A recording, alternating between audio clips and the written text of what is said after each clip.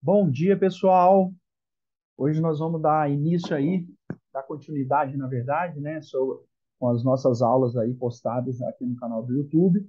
Então, para quem ainda não me conhece, meu nome é Adenilton Rupinelli, sou médico intensivista, emergencista, titulado pela AMIB, né, Associação de Medicina Intensiva Brasileira, e titulado também pela Abramed, Associação Brasileira de Medicina de Emergência. Sou médico intensivista emergencista do Hospital Israelita Albert Einstein, mestre em ensino em saúde.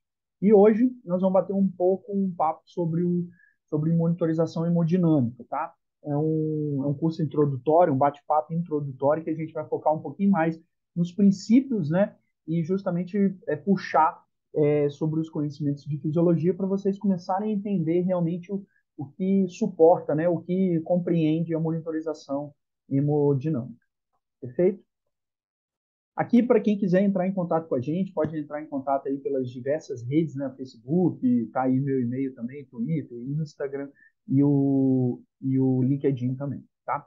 A primeira coisa que a gente tem que entender quando a gente fala sobre monitorizar ou monitorar é entender o que significa essa ação, né? Se a gente pega ipsiliter, a definição de monitorar, né, é acompanhar alguma coisa para alguma consideração. Então, olhar de perto, olhar de forma minuciosa para a gente tomar alguma ação em sentido daquilo que a gente queira monitorizar.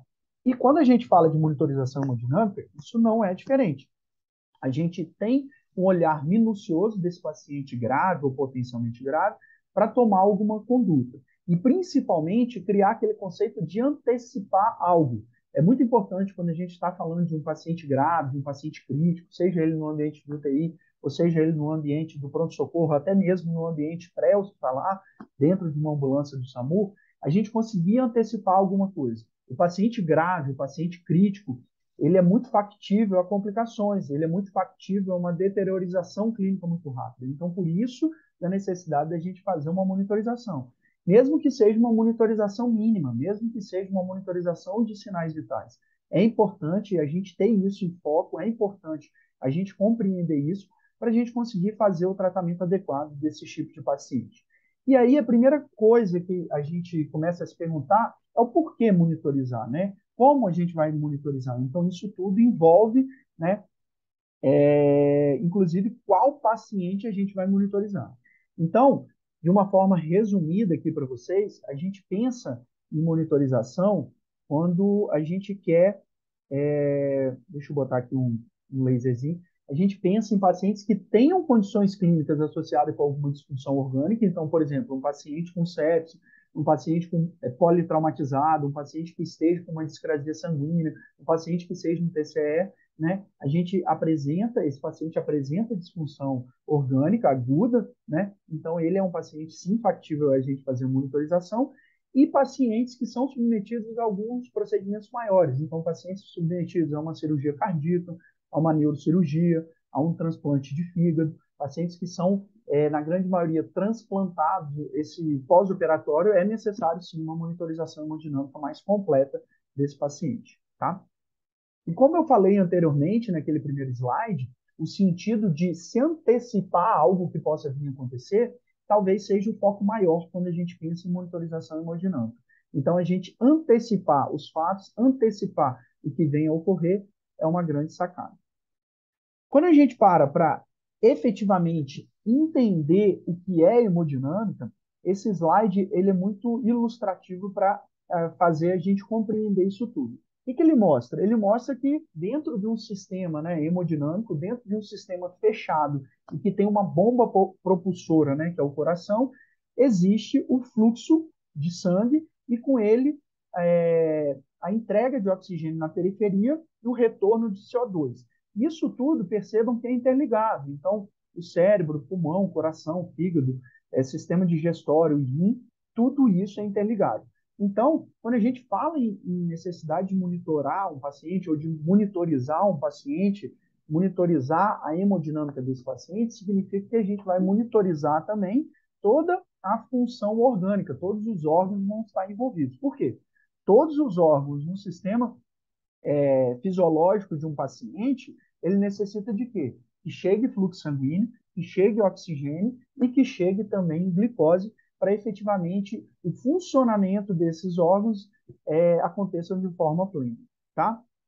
Agora, antes disso tudo, antes da gente pensar em alguma ferramenta, um device, algum dispositivo é, super tecnológico para a gente conseguir fazer a monitorização desse paciente, a gente precisa compreender que faz parte, sim, da monitorização hemodinâmica desse paciente, a gente fazer uma história clínica, a gente ter um exame físico bem feito, monitorar sinais vitais e de forma não invasiva, né, uma pressão arterial, a frequência cardíaca desse paciente, o ritmo desse paciente, eventualmente partir para uma monitorização um pouco mais invasiva através da pressão venosa central ou a pressão de artéria pulmonar, utilizar de ferramentas mais modernas, mas que hoje cada vez mais estão mais acessíveis para a gente, como ecocardiografia, e ter a questão da hemodinâmica funcional, que a gente vai mostrar um pouquinho mais para frente, mas que não é o escopo da aula de hoje. A gente vai trazer alguns conceitos, sim, de monitorização hemodinâmica básica.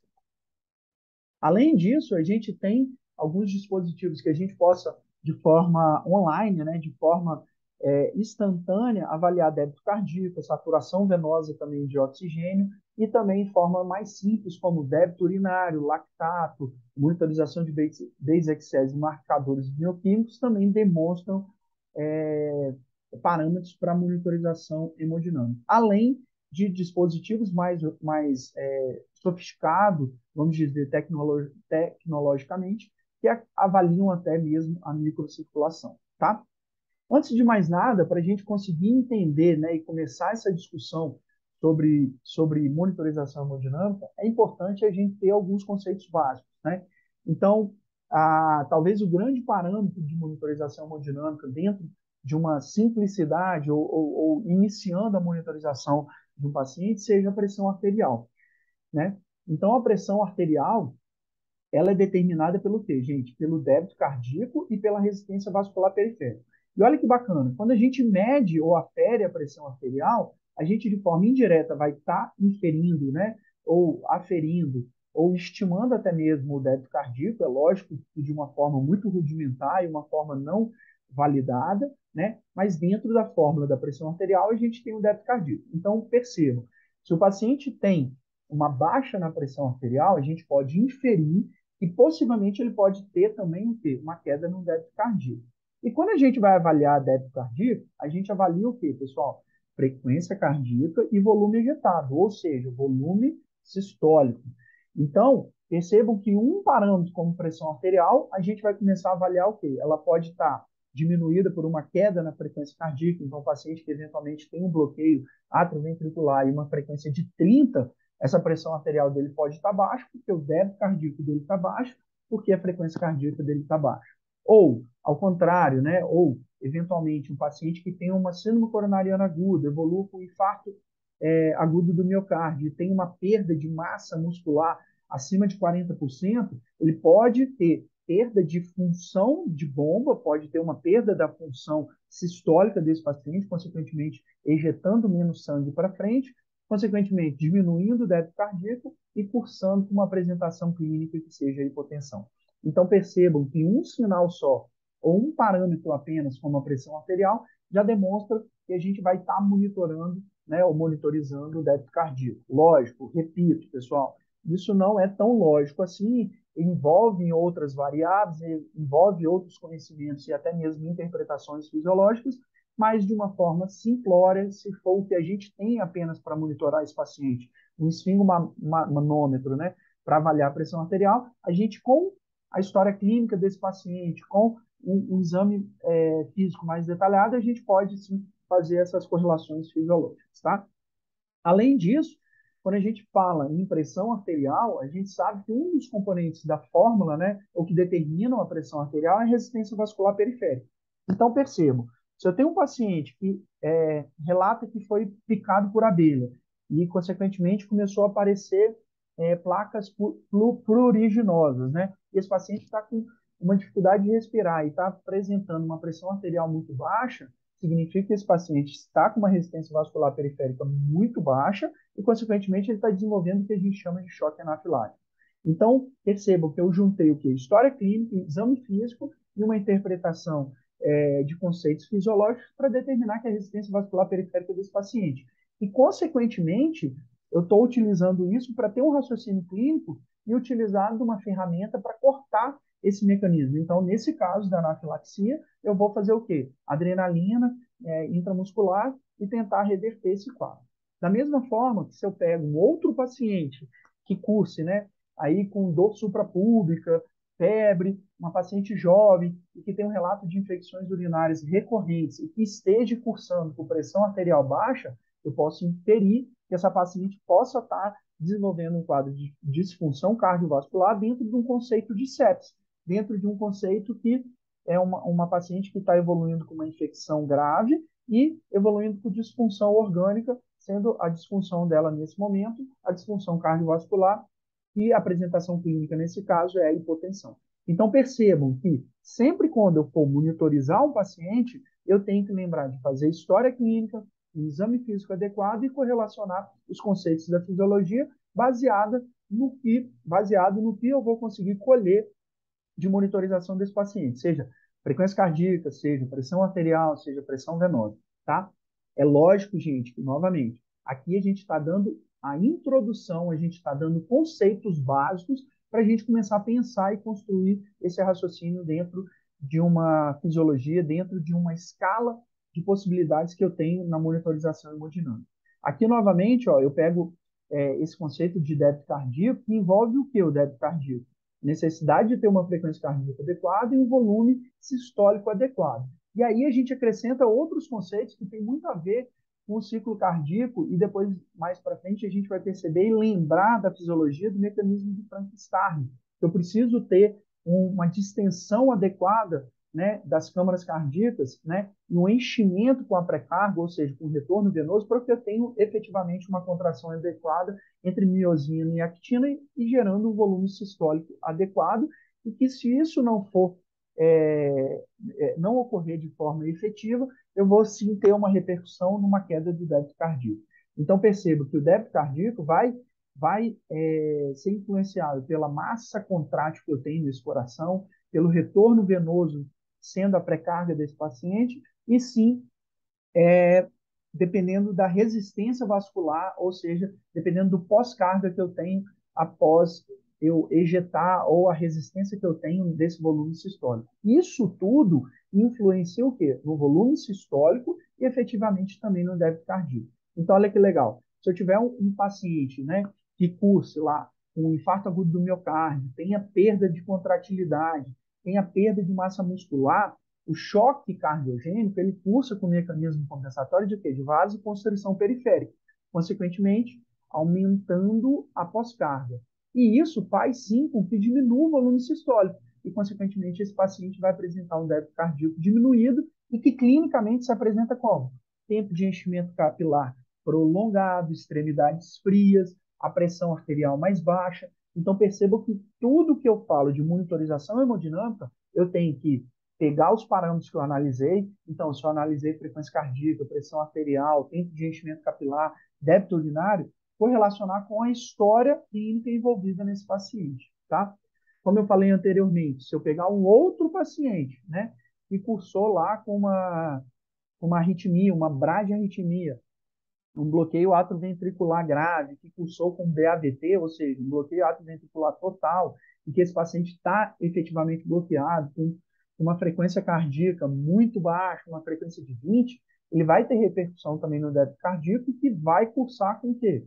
Perda do nível de consciência, diminuição do débito urinário, aumento do tempo de enchimento capilar na periferia, pressão arterial mais baixa. Então, eu estou correlacionando a história que eu tenho do paciente, as variáveis que eu consiga, né, efetivamente colher no bom exame físico, né? Então, avaliar a frequência cardíaca, avaliar a pressão arterial, avaliar o tempo de enchimento capilar, e sim interpretar essa monitorização hemodinâmica e tomar uma conduta baseada nisso. Percebam que até agora eu não falei em nenhum dispositivo tecnológico muito sofisticado para fazer uma monitorização hemodinâmica.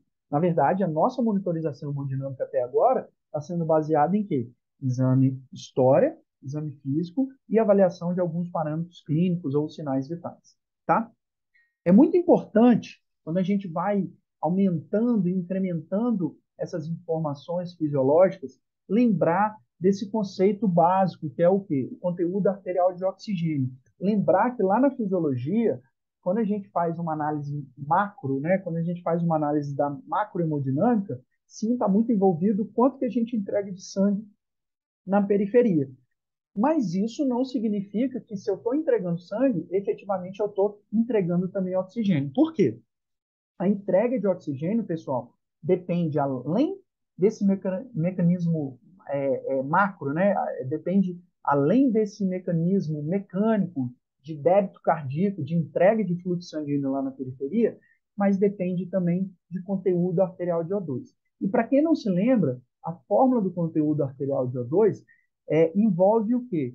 É, a quais são as formas de oxigênio que a gente utiliza para transportar esse oxigênio, né? Como que o oxigênio é transportado na corrente sanguínea, melhor dizendo. Então, na sua grande maioria, ele é transportado, carreado através da hemoglobina, e uma porcentagem mais baixa, e por isso que esse índice, né? Por isso que essa variável, esse indexador, na verdade, é menor aqui, que é 0,031, dissolvido dentro da corrente sanguínea. Então, as duas formas essenciais que a gente transporta oxigênio é através da hemoglobina, então por isso que tem um índice, né, um indexador maior, que é aqui esse 1,34, ou dissolvido no plasma aí, né, com 0,031. Além disso, quando a gente fala no conteúdo arterial de oxigênio ou o oxigênio que está sendo carregado pela hemoglobina, então vai depender do nível de hemoglobina que eu tenho e da saturação de hemoglobina que essa hemoglobina vai ter. Então, por exemplo, se um paciente tem perda de hemoglobina, um paciente que tem uma anemia aguda importante por perda sanguínea ou por um sangramento importante, e essa hemoglobina é ali na faixa de 6, de 7, eu vou ter uma perda funcional, ou seja, vou ter uma perda na possibilidade de carregar oxigênio, porque eu vou ter perda de hemoglobina. Consequentemente, se eu tenho um outro paciente que ele tem uma insuficiência respiratória, um paciente com Covid, como a gente viu muito na pandemia, que saturava lá 80, 84, eu não tenho essa saturação completa da hemoglobina e, consequentemente, eu não vou ter também um carreamento de oxigênio adequado. Então, por isso que é importante que, quando a gente for entender a monitorização hemodinâmica, a gente tem que entender que não são variáveis apenas macro, não são variáveis apenas efetivamente da hemodinâmica, ou seja, débito cardíaco, pressão arterial. Eu preciso ir mais profundamente na fisiologia para entender se realmente eu estou conseguindo entregar oxigênio, ou seja, eu estou conseguindo ter delivery de oxigênio, que é o conceito de DO2, né? Pensando no quê? Será que, além de fluxo sanguíneo, eu vou ter conteúdo arterial de oxigênio? Então, por isso que é importante saber do nível de hemoglobina desse paciente, a saturação de hemoglobina e, eventualmente, se a gente está tendo uma capacidade de levar oxigênio também dissolvido nessa corrente sanguínea, tá? Então, talvez essa seja a grande diferença entre macrohemodinâmica e microhemodinâmica, né? A macrohemodinâmica sempre pensando em parâmetros efetivamente da dinâmica de fluidos, né, dentro de um sistema fechado que tem uma bomba propulsora, que é o coração, e a microhemodinâmica a gente entender melhor esse contexto de entrega de O2, de delivery de O2, e, consequentemente, saber se esse paciente vai estar entrando ou não em mecanismos de anaerobiose ou não também, liberando ácido láctico e fazendo com que esse paciente curse, eventualmente, com uma acidose aí, metabólica. Dentro do escopo de possibilidades que a gente tem da monitorização hemodinâmica, a gente tem como primeira linha, né, a pressão arterial não invasiva, análise da frequência cardíaca, o eletrocardiograma e avaliação de débito urinário. Além disso, através do exame físico, a gente vai avaliar a perfusão periférica, né, com a compressão da polpa digital e avaliando se existe um aumento do tempo de enchimento capilar, falando aí por perfusão ou não, esse tempo de enchimento capilar está lá menor que 2 segundos, menor que 3 segundos, e efetivamente mostrando uma perfusão periférica adequada. Posso utilizar de dados laboratoriais, né, como o lactato. Se o lactato está curvando alto, né, ou se ele não está clareando, significa que eu estou tendo uma perfusão ou, na verdade, uma má entrega de oxigênio na periferia, e o organismo está lançando mão de mecanismo anaeróbio, liberando lactato, consequentemente, eu entendendo que a entrega de oxigênio não está sendo boa. Além disso, eu tenho já parte para uma segunda linha, uma sofisticação maior dentro da monitorização hemodinâmica, que são as pressões intravasculares. Então, eu cateterizando uma artéria radial, uma artéria femoral, e ligando a um transdutor de pressão, eu consigo ter análise da curva da pressão arterial invasiva e, além disso, de forma online lá no monitor, conseguir inferir de forma mais fiel a pressão arterial. Além disso, um catéter venoso central inserido na jugular, na subclávia, e estando na entrada do átrio, eu posso inferir o quê? A pressão venosa central, que ela pode inferir o quê? Uma pré-carga. É lógico, isso não pode ser uma variável que a gente bata o pé, né, e fala que realmente ela tem uma correlação muito fiel com a pré-carga, mas existem sim algumas análises que você juntando a história clínica e se for a ferramenta que você tem, você tomar algumas condutas inferindo que a PVC, a pressão venosa central, pode ser sim uma ferramenta que infira se o tanque desse paciente está cheio ou está vazio. É lógico lembrar que, né, paciente sob ventilação mecânica invasiva tem uma repercussão na pressão intratorácica e, consequentemente, pode ter influência na alteração dessa PVC, e aí não, a gente não podendo levar muito em consideração. Então, isso tudo a gente tem que entender. Além disso, a gente, dentro da segunda linha também, a gente fazer o gapping de O2, o gapping de CO2, né? Ou seja, a diferença da saturação venosa arterial da saturação venosa central pode inferir o quê? Quanto que está extraindo de oxigênio. Isso a gente pode fazer também com o CO2. Então, dentro da lei da física, né, de diluição de fluidos de Fick, a gente pode fazer essa inferência de captação, né, ou seja, se está captando muito, significa que possivelmente o débito cardíaco na periferia está chegando de forma muito lenta e o organismo está captando muito esse O2, e por isso que a saturação venosa, quando você colhe lá depois, ao final, na sua linha venosa central, ela pode estar mais baixa. Então, isso tudo a gente consegue inferir de forma indireta o débito cardíaco. E, além disso, a gente pode estimar o débito cardíaco de forma minimamente invasiva através de mecanismos ou devices, né? Por exemplo, um digileu que faz análise da curva de pressão e consegue inferir de forma instantânea ali dentro do monitor multiparamétrico o débito cardíaco desse paciente, ou até mesmo utilizando a questão do Doppler esofágico. E uma terceira linha seria o quê? A termodiluição transpulmonar, que são dispositivos mais robustos e uma tecnologia maior, e até mesmo o cateter de Song-Ganz, que a gente vai conseguir inferir a pressão da artéria pulmonar e, consequentemente, ter um cálculo do débito cardíaco de forma mais completa, tá? E aqui mostrando em quais quadros, né, que a gente utilizaria esses pacientes. Então, sempre voltado aqui a pacientes graves ou potencialmente graves, ou que efetivamente, como eu falei no início da aula, efetivamente foram submetidos a um procedimento cirúrgico mais robusto, como uma cirurgia cardíaca, uma neurocirurgia, ou eventualmente até um transplante cardíaco. Quando a gente fala, né, dentro desse escopo aí de avaliação hemodinâmica, a clínica é muito importante. Então, percebam aqui, né, que esse daqui é o Motley Score, que a gente pode, através dele, né, dessa graduação de 1 a 5, inferir se realmente esse paciente está hipoperfundido ou não e correlacionar com um prognóstico pior ou não desse paciente. Então, os pacientes que cursem, né, aí com sepsis e que tem um Motley Score, ou seja, esse livedo apenas na patela, é um Motley 1, então tem uma chance da gente fazer uma ressuscitação volêmica e conseguir reverter esse quadro de uma forma mais efetiva, mas se são pacientes, né, por exemplo, que têm um choque séptico e apresentam esse livedo até na raiz da coxa, esses pacientes têm um comprometimento hemodinâmico muito maior e um prognóstico também correlacionado a óbito muito maior, tá?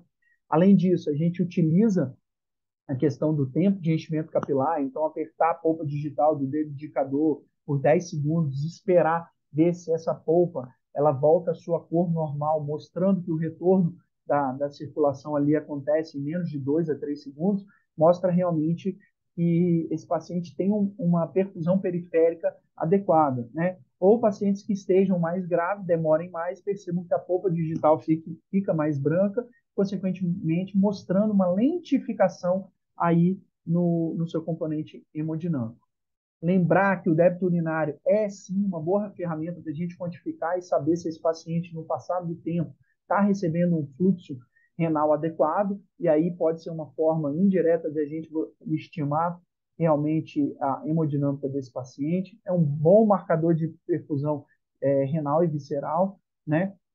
Lembrar que existe um delay, então a gente precisa, a cada intervenção, se a gente fez volume, se iniciou droga, lembrar que de 15 a 60 minutos para ver se há uma resposta adequada ou não, se há a saída ou não de diurese. Não é confiável quando há uma lesão renal estabelecida. Então, por exemplo, um paciente que já está em choque, já desenvolveu um quadro de insuficiência renal aguda, eu não posso usar esse parâmetro como um fator de monitorização hemodinâmica ou de resposta a fluidos, né?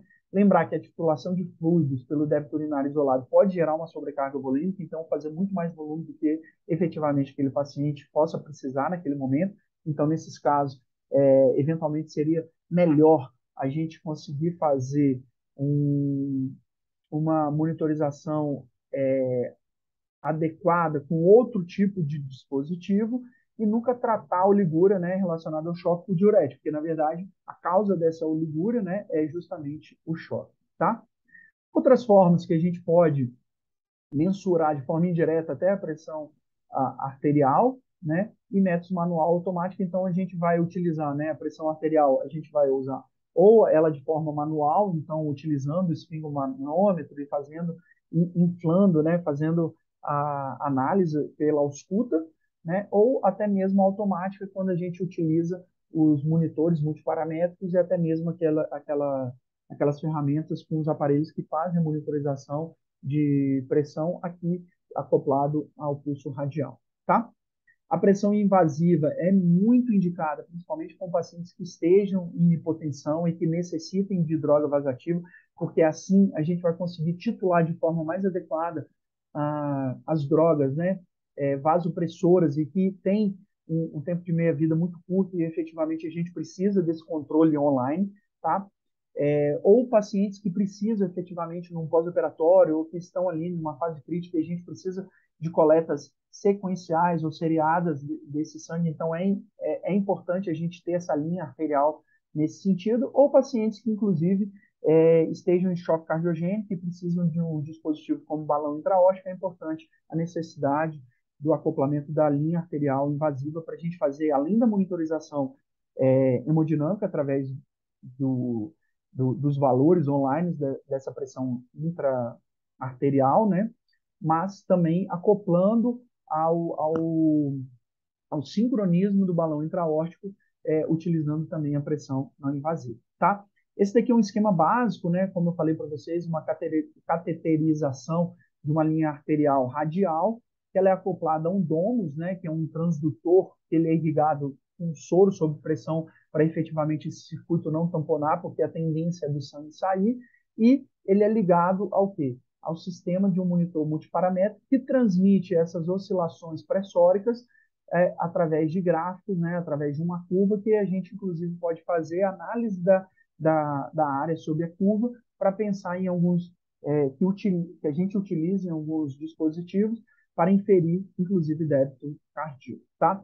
Aqui são sítios de punção da artéria para a gente fazer essa monitorização, então a radial é de fácil acesso, tem uma boa circulação colateral e existe um risco menor, né? É confortável para o paciente, a axilar também, a femoral, que tem um risco maior de infecção, e a pediose é uma boa também estratégia, tá? Esse daqui, para quem não conhece, é um cateter venoso central, triplo lumen, que na maioria das vezes a gente utiliza para infusão de drogas, medicamentos, responsável volêmica, mas que através dele, né, como ele fica acoplado lá na entrada do átrio, se a gente conectar ele também a um transdutor de pressão acoplado a um monitor multiparamétrico, a gente pode conseguir o que a gente chama que é a pressão venosa central, que eu falei anteriormente, que em alguns casos pode inferir o que a gente chama da pré-carga, ou seja, se o tanque está cheio ou está vazio, tá? Para a gente que está começando agora a discutir a questão da hemodinâmica, é importante, e eu recomendo para vocês, inclusive, ler esse artigo do protocolo de reexpansão volêmica da sepsis, da ressuscitação guiadas por metas, descrito por Dr. Rivers, um canadense, né, lá em 2001, que ele utiliza de ferramentas como a pressão arterial, lactato, saturação venosa central, PVC, para a gente raciocinar de forma mais organizada, fisiologicamente, e a gente pensar em tomar condutas, mesmo com um nível de monitorização hemodinâmica muito simplório, utilizando apenas pressão arterial invasiva, PVC, saturação venosa central e lactato, e conseguir manejar esse quadro séptico ou esse quadro, eventualmente, de choque séptico de uma forma mais coerente.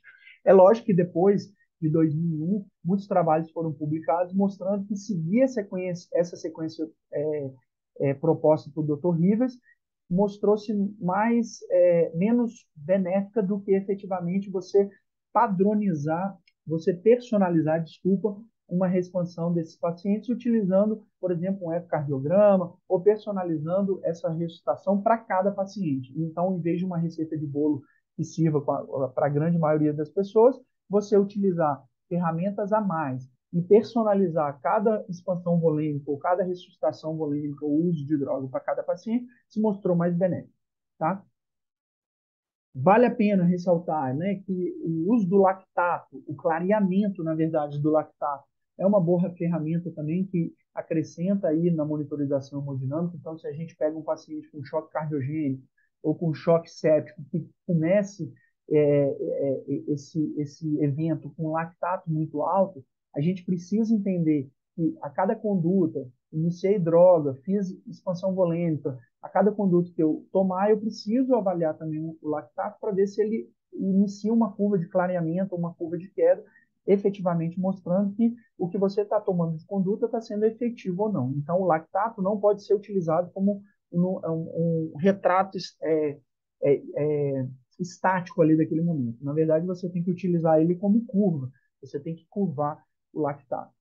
E para quem não conhece, esse daqui é o catéter de Songan, descrito lá na década de 70 por Swan e Gans, que, na verdade, eles queriam avaliar a função cardíaca do lado esquerdo, e eles conseguiram efetivamente fazer isso, introduzindo o catéter, né, pelo lado direito do coração, e que, utilizando justamente esse balonete, conseguiu, através do fluxo sanguíneo, esse catéter atravessar o átrio direito, o ventrículo direito, e chegar até a artéria pulmonar, e a gente empunhar ele lá no capilar pulmonar e, consequentemente, através de um transdutor. Após esse empunhamento, a gente estaria analisando as pressões, né, efetivamente do lado esquerdo do coração. Além disso, através de dois lúmenes, né, um distal e um proximal, eu consigo injetar um fluxo determinado de líquido e ver quanto tempo que ele sai desse catéter ali do átrio direito, chega lá na artéria pulmonar e estimar o débito cardíaco desse coração. Então, é uma ferramenta que realmente trouxe e mudou muito a questão da monitorização hemodinâmica e que é ainda bastante utilizado, principalmente em pacientes com transplante hepático, transplante cardíaco, ou eventualmente pacientes que cursam com tipos de choque misto, tá?